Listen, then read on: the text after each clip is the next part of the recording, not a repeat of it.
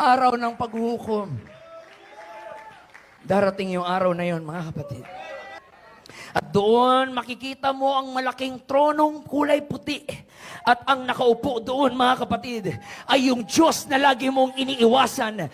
Yung Diyos na lagi mong tinatawanan. Yung Diyos na ginagawa mong pulutan sa biruan.